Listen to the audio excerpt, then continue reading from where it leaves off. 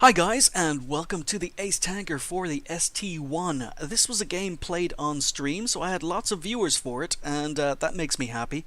But what also makes me happy is this is my second game in the ST-1.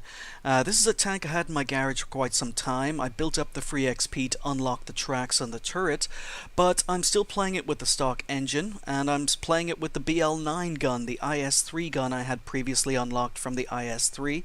So one of the ways I tank is I don't like playing stock tanks. I study every tank before I actually play it.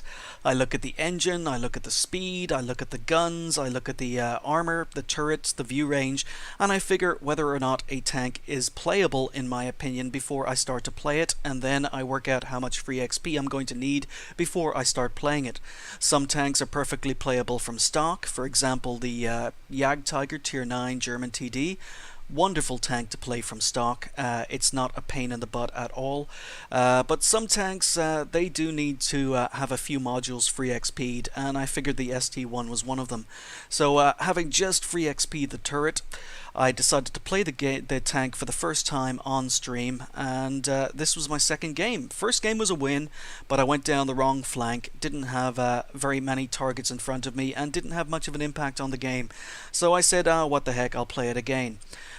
You're not going to see any amazing gameplay in this particular game. I get quite lucky, but I don't mind. As I say, the game was played live.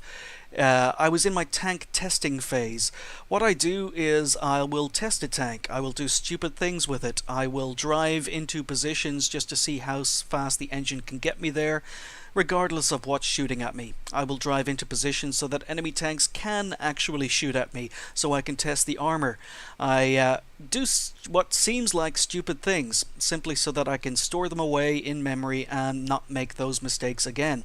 In my mind, because I've just started driving the ST-1, it's a Tier 9 heavy tank, and it's a heavy tank. It's on the heavy tank line on the Russians as opposed to the ISs, and in my mind that makes it the equivalent to the E75. So because it's a new tank, because I'm driving it for pretty much the first time, I'm figuring I'm going to basically test it like I would have an E75 and see how well it compares. We are here on Siegfried line, and it's a 49%er, so it's pretty close. But just before we begin, I'm just going to throw something out here.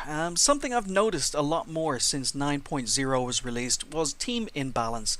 I don't mean tank imbalance as regards one team has more TDs than the other, where, well, this is the case in this particular game. And I don't mean skill imbalance. This is a 49%er, so it's pretty close. What I mean is the imbalance in matchmaking, where one team gets more tanks of one tier than the other. You'll notice that on the right, the enemy team have an extra Tier 9. And if that isn't bad enough, the enemy team also have an extra Tier 8.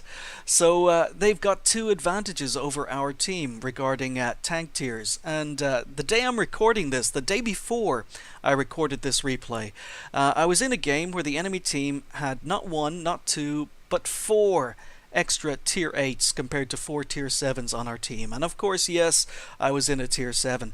But that is pretty imbalanced when you consider that the enemy team can have up to 4 tanks that are higher tier than 4 tanks on yours. It's something I've noticed a lot more since 9.0. Don't know whether you guys have noticed it, but anyway, let me know in the comments. So we're just going to get going. As I say, we're not going to be showing any amazing gameplay. I'm really, as I was explaining on stream to the viewers, I'm kind of just testing the engine. I want to see how good the stock engine is over the upgraded engine, considering the upgraded engine only has 50 more horsepower.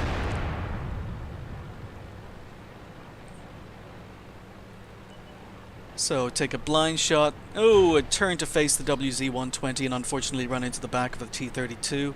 Has to be one of my replays if I fail like that. So most of our teams seem to be sitting in the field and sniping, and now we've got 4 heavy tanks who are sitting and sniping at tanks spotted in the field. So I'm basically the only one heading into town right now. Our Centurion is sitting back in G6 to snipe, and I'm not feeling good. I've got no support. All our team are sitting and sniping and shooting at the few enemy tanks they can see. Okay, now I've got an IS-6 coming up with me. But a lot of the enemy tanks have been spotted in the field, and I'm wondering if the enemy team are still doing what our team are doing. They're all sitting on the 4 and 5 and 6 lines, shooting at tanks they are spotting in the middle. And I'm wondering if anyone's gone to town. So I've advanced this corner, and yeah, their E-75 has just been spotted on the 4-5 line.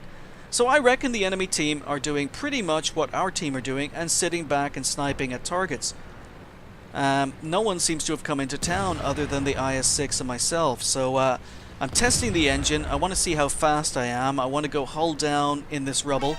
And unfortunately a T-28 is spotted approaching town. Carnarvon's going into town. Oh, and then an M103 who's hull down. So I angle, move forward, don't give him an easy shot, and then figure I'm not going to go head to head against an M103. I may be testing the tank, but I'm not that stupid. So let's turn, let's change angle. IS-6 turns the corner and takes on the Carnarvon, and I figure the only tank I spotted heading towards town was a T-28 prototype, so I don't want to get in the IS-6's way. I want to get around the T-28 prototype, and a T-32 appears, and then I start getting shot from all sides. But it's okay, I'm testing the armor, and I've taken 2 shots, and they've both penned, and I'm checking. You can see me checking to see where they've penned. And the T-32 puts another shot into me. T-28 prototype bounces. He's the tank I came over here to get. And the T-32 keeps penning me, and I keep on checking to see where he's penning me, because I thought the ST-1 had amazing armor. So I face hug him to try and hold, or to hide my lower glacis. And he finally bounces because I'm too close to him.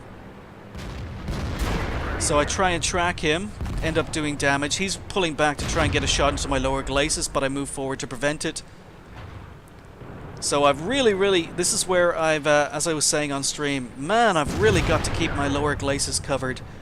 But if I can get into a face-hugging position, then I'm pretty okay. The armor works. But anyway, I've taken a lot of damage. That was a lot more damage than I was expecting to take in testing the tank. T-28 prototype is moving up, and I get a shot into his side. I've got a dead driver, and now there's a T-30. So, but again, I want to test the tank. I'm put my driver back in, and again, I'm testing to see how well the tank is performing with the stock engine. I'm going to try and flank this T-28. Unfortunately, IS-3 takes him out before I can get there, but now the T-30 is spotted. Pretty nice gun traverse speed.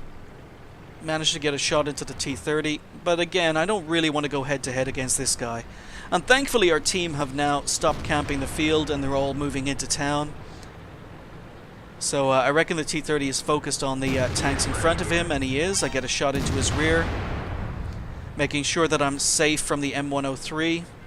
And this is the reload I was talking about. The IS-3 gun has a really fast reload. So move forward, take out the T-30. The M103 has just fired, but I don't think I'm going to get around in time. So thankfully, I get a little bit lucky, and the M103 just manages to track me with no damage. So I get a shot into the M103, and now I try to angle.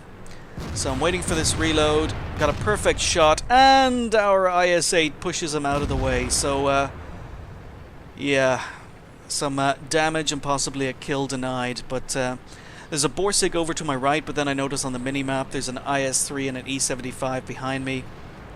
So I want to get into cover. Don't want to be flanked.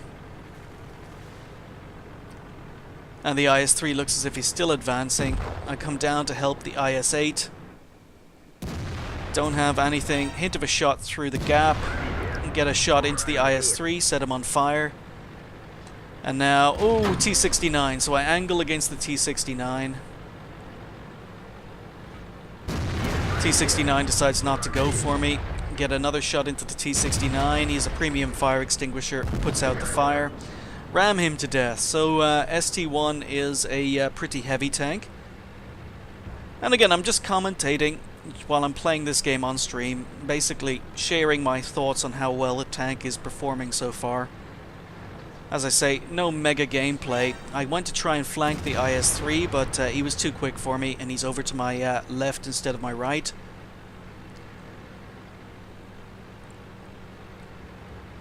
So yeah, my thoughts on the tank at this point in the stream were, well, the engine is performing quite well. It's quite fast.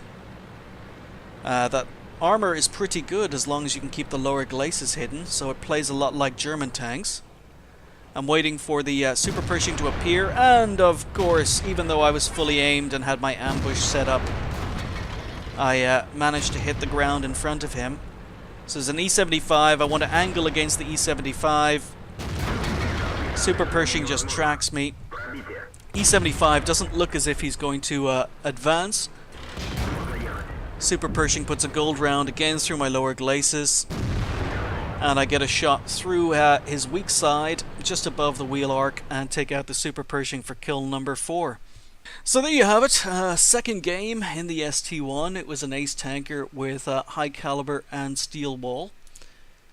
Really happy with how the tank performed. As I say, I wasn't playing fantastically well. I was just testing the engine and testing the armor. I didn't realize before I actually started playing the ST-1 that the lower glacis was just so weak. Enemy tanks seem to be able to pen it with no problems. But if you can angle, you've got pretty good side armor, and if you can face hug, it's very difficult for enemy tanks to pen you.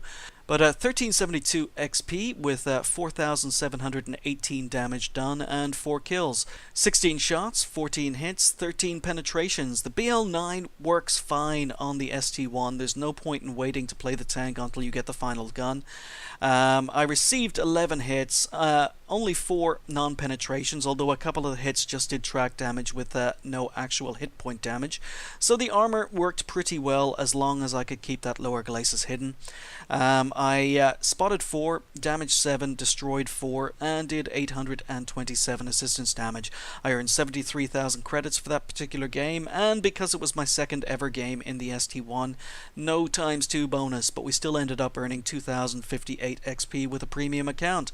So yeah, as I say, my second game in the ST-1 using the stock engine and BL9 gun. Didn't know the lower glacis was so weak and wouldn't have taken as much damage had I known it, but nice to get the ace so early.